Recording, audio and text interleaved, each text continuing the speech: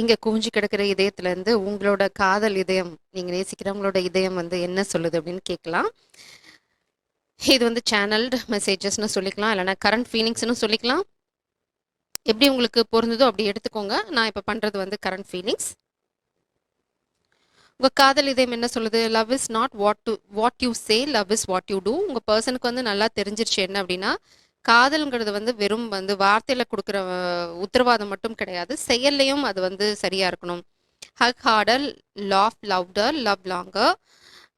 உங்களை வந்து அரவணைச்சிக்கணும், இல்லைனா வந்து இந்த காதல் வந்து இன்னும் தொடர்ந்து போகணும் அப்படின்னு நினைக்கிறாங்க.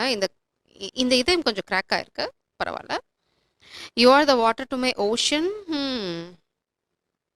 அவங்களோட காதல்ன்ற கடல்ல நீங்க இல்லை அப்படின்னா அந்த கடல் வந்து பாலைவனம் ஆயிடுது. அதுதான் அவங்க சொல்றாங்க, you are water to my ocean. நீங்க இல்லாத நேரம், பொழுது, வாழ்க்கை எதுவுமே உங்களுக்கு பிடிக்க வாய்ப்பில்லை இல்லையா? உண்மையான காதல் இருக்க பட்சத்தில் அதை தான் அவங்களும் சொல்கிறாங்க. நீ இல்லாமல் வந்து என் வாழ்க்கை வந்து வறண்டு போயிருக்கு அப்படின்னு சொல்கிறாங்க. அதுதான் வேணும்னு சொல்கிறாங்க. ஃப்யூச்சரில் அதை தான் அவங்க எதிர்பார்க்குறாங்க. மேபி இப்போ நீங்கள் நோ கான்டாக்ட் சுச்சுவேஷனில் இருக்கலாம், பேசாமல் இருக்கலாம். அது வந்து அவங்கள ரொம்ப பாதிக்குது, இல்லைனா வந்து ரொம்ப மிஸ் பண்ணுறாங்க.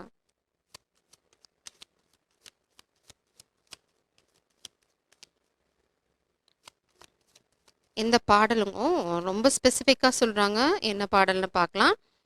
நினைவுகள் நெஞ்சினில் புதைந்ததினால் நெருப்பால் எந்த நெஞ்சை சுடுகின்றேன், உன் உருவம் கண்களிலே பதிந்ததினால் கண்ணீர் விட்டு அழிக்கின்றேன். Love failure song.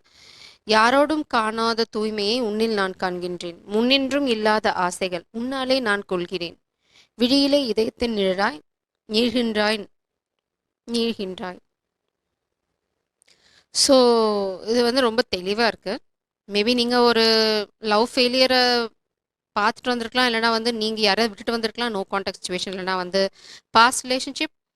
அவங்க நீங்கள் இல்லாத வாழ்க்கை வந்து உங்களோட நினைவுகள் அவங்கள ரொம்ப சுட்டெரிக்குது, இல்லைனா வந்து இது பாஸ்ட் ரிலேஷன்ஷிப்பாக தான் இருக்கணும்னு அவசியம் இல்லை. மேபி உங்களை மிஸ் பண்ணும்போது அவங்க ஸ்மோக், அது வந்து ரொம்ப ஸ்பெசிஃபிக்காக இருக்குது. இல்லைனா வந்து கண்ணில் தண்ணி வருது, உங்களை பிரிஞ்சிருக்கோம் அப்படின்னு நினைக்கும் போது இது வந்து உங்களோட எக்ஸா கூட இருக்கலாம். உங்கள் சூழ்நிலை எப்படியோ அந்த மாதிரி இருக்கு. உங்களுக்கு எக்ஸே இல்லை அப்படின்னா இந்த உங்களோட பர்சன் உங்களை மிஸ் பண்ணும்போது ஸ்மோக் பண்ணுறாங்க. Smoking is injurious to health. அது ரொம்ப எல்லாருக்கும் தெரியும்னு நினைக்கிறேன். பின்னாடி வருத்தப்படாதீங்க. இப்போது உங்களோட உடல் நலத்துக்கு எடுத்துட்டு யாரோடும் காணாத தூய்மையை உன்னில் நான் காண்கின்றேன். இப்போ உங்களோட காதல் உங்ககிட்ட ஒரு அலாதி தூய்மையை பார்க்குறாங்க. உங்கள் காதல் ரொம்ப தூய்மையாக இருக்குது. அதனால தான் இங்கே சொல்கிறாங்க, love is not what you say, love is what you two.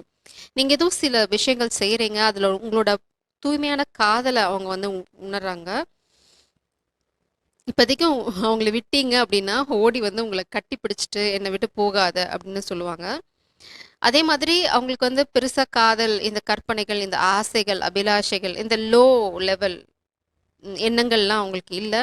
Maybe அவங்களுக்கு தெரியும் ஒரு ஸ்டேஜில் அவங்க கல்யாணம் பண்ணிட்டு செட்டில் ஆக போகிறாங்க அப்படின்னு. ஆனால் இப்போது நீங்கள் உங்கள் வாழ்க்கையில் வந்ததுக்கப்புறம் சின்ன சின்ன ஆசைகள் நிறையா முளைச்சிட்டே இருக்குது. ஆசைகள், இச்சைகள் கூட வருது. அவங்களுக்கே அது கொஞ்சம் ஷாக்கிங்காக இருக்குது. நானா இப்படி யோசிக்கிறேன் அப்படிங்கிற மாதிரி உங்கள் காதலை அவங்கள அப்படி மாற்றி போட்டிருக்கு, புரட்டி போட்டிருக்கு. உங்களை ரொம்ப மிஸ் பண்ணுறாங்க, அது மட்டும் நல்லா தெரியுது இந்த எனர்ஜிலேருந்து, இந்த ரீடிங்லேருந்து. இங்கே பார்த்தீங்கன்னா இது என் கையில் வந்து விழுறது. இது நான் வந்து உள்ளே வைக்க ட்ரை பண்ணுறேன், இது வந்து வெளியில் எட்டி குதிச்சு வருது. ஸோ என்ன சொல்கிறாங்க அப்படின்னா, trust transformation occurs through acceptance. Once you accept the current situation it will automatically transform. கண்டிப்பாக நீங்கள் வந்து ஒரு சேலஞ்சிங் சுச்சுவேஷனில் தான் இருக்கீங்க. அதில் வந்து உங்களுக்கு எந்த சந்தேகமும் வேண்டாம். என்ன மேடம் ரொம்ப ரொமாட்டிக்காக சொல்கிறீங்க, ஆனால் இங்கே ஒன்றும் இல்லையே அப்படின்னு நீங்கள் கேட்கலாம். அதனால தான் பிரபஞ்சமும் சொல்கிறாங்க, உங்கள் பர்சனும் என்ன சொல்கிறாங்க அப்படின்னா, நம்பு. இது வந்து ஒரு டிரான்ஸ்ஃபர்மேஷன். நீங்கள் ஒரு இடத்துலேருந்து இன்னொரு இடத்துக்கு போயிட்டுருக்கீங்க. வாழ்க்கையிலே ஆகட்டும், உங்களோட ஸ்பிரிச்சுவல் ஜேர்னியிலே ஆகட்டும், எனர்ஜெட்டிக்கலாக நீங்கள் வந்து ஒரு இடத்துலேருந்து இன்னொரு இடத்துக்கு போயிட்டுருக்கீங்க. இந்த இடப்பட்ட நேரத்தில் சில விஷயங்கள் நடக்கும். அதை வந்து முடிவு அப்படின்னு நீங்கள் நினச்சிக்க வேண்டாம். அது முடிவு இல்லை. ஏன்னா இங்கே நான் பாட்டம் டெக்கில் ஒரு ட்வின் ஃப்ளேம் எனர்ஜியை பார்க்குறேன். ரொம்ப சர்ப்ரைசிங்காக இருக்க போது இவங்க வந்து அவங்க காதல் உங்ககிட்ட சொல்லும்போது, இல்லைனா இது வந்து நீங்கள் எதிர்பார்க்காத சமயத்தில் தான் இந்த காதல் கை கூடும். அதனால் நம்பிக்கை இழக்க வேண்டாம். அதுதான் ரொம்ப முக்கியமான மெசேஜ் அவங்க உங்களுக்கு இப்போ சொல்கிறது. அவங்களும் இந்த காதலில் நம்பிக்கை இழக்கலை. You may not always understand why certain things happen. However, there is always a higher purpose to the events in your life.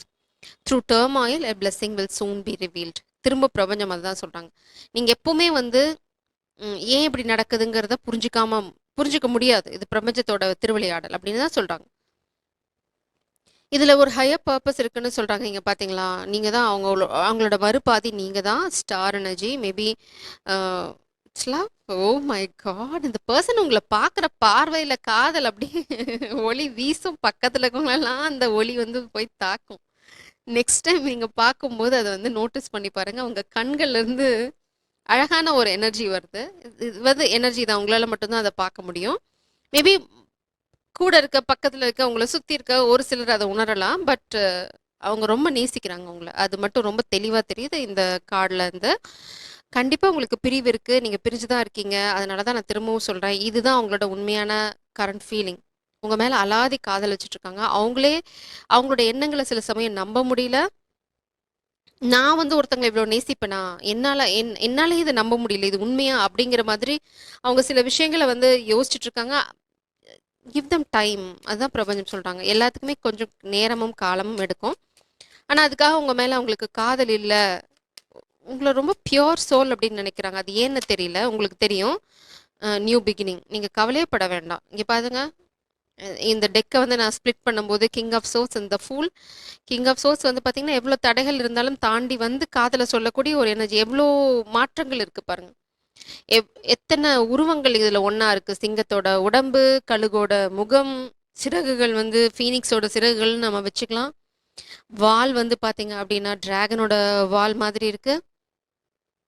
So இந்த பெர்சன் வந்து நீங்க நினைக்கிற மாரி சாதாரண ஆள் இல்ல. அவங்களும் ஒரு டிவைன் பீயிங்கா இருக்கலாம். Ace of சோட்ஸ். இந்த கத்திய தான் அவங்க எடுத்துட்டு வராங்க.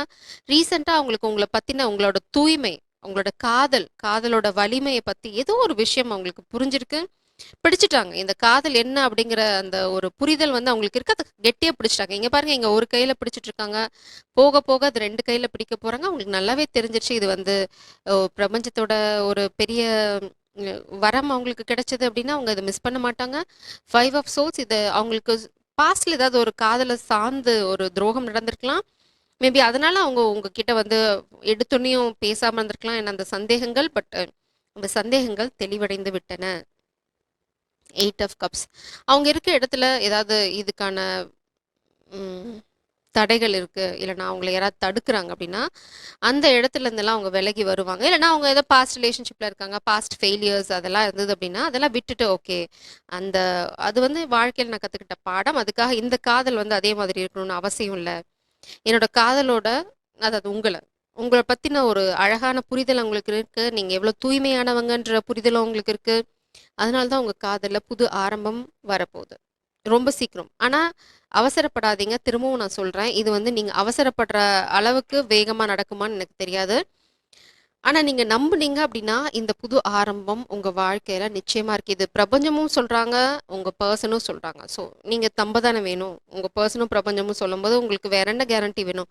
எவ்ளோ தடைகள் உங்களோட இப்போ நீங்க இந்த காதல் வாழ்க்கையில பார்த்துட்டு இருந்தாலும் எனக்குலாம் நம்பிக்கையே இல்ல மேடம் அப்படின்னு போட்டீங்கனாலும், பிரபஞ்சம் சொல்றாங்க, உன் உள் மனசுக்கு தெரியும் அது நம்பணுமா வேண்டாமான்னு அப்படின்னு கேட்குறாங்க. மெஜிஷியன் உங்கள மேனிஃபெஸ்ட் பண்ணிட்டு இருக்காங்க. அதுல வந்து உங்களுக்கு சந்தேகமே வேண்டாம். New beginning. இத வந்து அவங்க மேனிஃபெஸ்ட் பண்றாங்க. அவங்க மேனிஃபெஸ்ட் பண்றதுக்கான எல்லா விஷயங்களும் அவங்க கிட்ட இருக்கு. பிரபஞ்சத்தோட துணையும் அவங்களுக்கு இருக்கு. கவலைப்பட வேண்டாம். பேலன்ஸ் இப்போதைக்கு நீங்க பண்ண வேண்டியது உங்க வாழ்க்கைய ஒரு பேலன்ஸ்ல வச்சுக்கோங்க.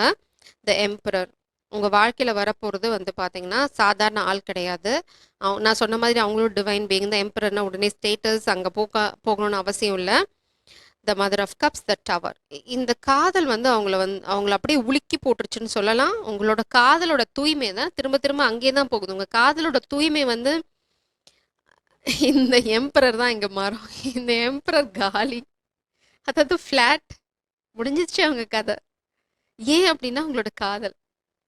இந்த கப்ப நீங்க பாதுகாக்கிறது, இந்த தூய்மையான காதல நீங்க பாதுகாக்கிற விதம், இல்லன்னா வந்து அது எதுவும் செஞ்சிருக்கீங்க, இல்லன்னா ஏதோ செய்றீங்க. அது வந்து அவங்கள அப்படியே உலுக்கிருச்சு அவ்வளோதான். இந்த காதல் வந்து அவங்கள அப்படியே அடிச்சு வீழ்த்திருச்சு. ரொம்ப பக்கமா ஒரு கிளாரிட்டி அவங்களுக்கு கிடைச்சிருக்கு. அது வந்து அவங்கள சுத்தி எத்தன பிரச்சனைகள் அவங்கள தாக்க முயற்சி பண்ணாலும், ம்ஹ்ம். நோ நீங்க சொல்றது உண்மை இல்ல. என்னோட காதல பத்தி எனக்கு தெரியும். அப்படின்னு சொல்லக்கூடிய ஒரு ஒரு புரிதல் அதே மாதிரி இந்த காதல் வந்து உங்க வாழ்க்கையில வரதும் ரொம்ப ஷாக்கிங். ஒரு டவர் மொமெண்ட்டுக்கு அப்புறம் தான் இந்த காதல் கைகூடும். நான் திரும்பவும் சொல்றேன். நீங்க நினைக்கிற மாரி அப்படியே ரொம்ப ஸ்மூத்தா போய் இந்த காதல் வந்து உங்க கைகள்ல சேருமா அப்படின்னா கிடையவே கிடையாது.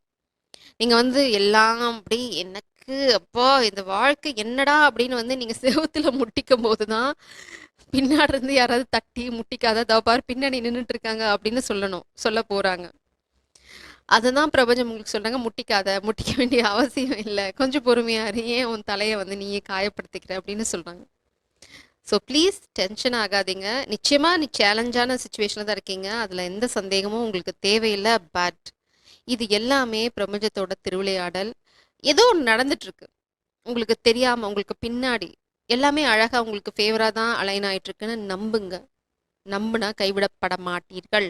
அதனால காதல் செய்வீர். ஜெய் சரம். God bless you.